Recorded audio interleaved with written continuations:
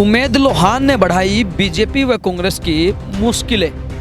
जी हां, ऐसा हम इसलिए बोल रहे हैं जैसे जैसे वोटिंग का समय नज़दीक आता जा रहा है वैसे वैसे इनेलो का जो ग्राफ है वो बढ़ता जा रहा है। उचाना में मायावती के द्वारा किए गए ऐलान के बाद और साथ ही साथ अभय चौटाला के द्वारा भरी गई हुंकार के बाद अब पूरे हरियाणा की तरह नारनौंद में भी इनेलो का ग्राफ दिन प्रतिदिन अब बढ़ता जा रहा है। और ये तस्वीरें देखिए, इन तस्वीरों में आप खुद देख सकते हैं कि उम्मेद लोहान के साथ किस प्रकार से जनता का भारी जन समर्थन देखने को मिल रहा है। जितने भारी जोश में इनेलो के कार्यकर्ता नजर आ रहे हैं उससे कहीं ज़्यादा संख्या में बीएसपी के कार्यकर्ता जोश उमंग से भरे हुए हैं। तमाम लोगों का ये साफ तौर से कहना है कि हर हाल में हम नारनौंद विधानसभा क्षेत्र से उम्मेद लोहान को जिता कर बेचेंगे। हालांकि जीत किसकी होगी ये तो चुनाव परिणाम के बाद ही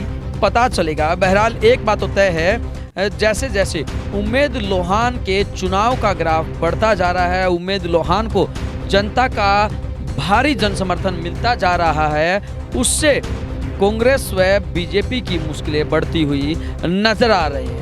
दोनों नेताओं की तरफ से, दोनों पार्टियों की तरफ से जीत का दावा किया जा रहा है, लेकिन उस जीत में जो रोड़ा अटकाने का काम इन दिनों उम्मेद सिंह लोहान कर रहे हैं। कहीं ऐसा ना हो कि दोनों कार्यकर्ता, दोनों ही पार्टियों के नेता वो दावा करते रहें और परिणाम कुछ और ही हो जाए। बहरहाल अभी हालात जो हैं वो यही कह रहे हैं कि दिन प्रतिदिन उम्मेद सिंह लोहान का जो चुनाव है वो लगातार बढ़त की ओर हो।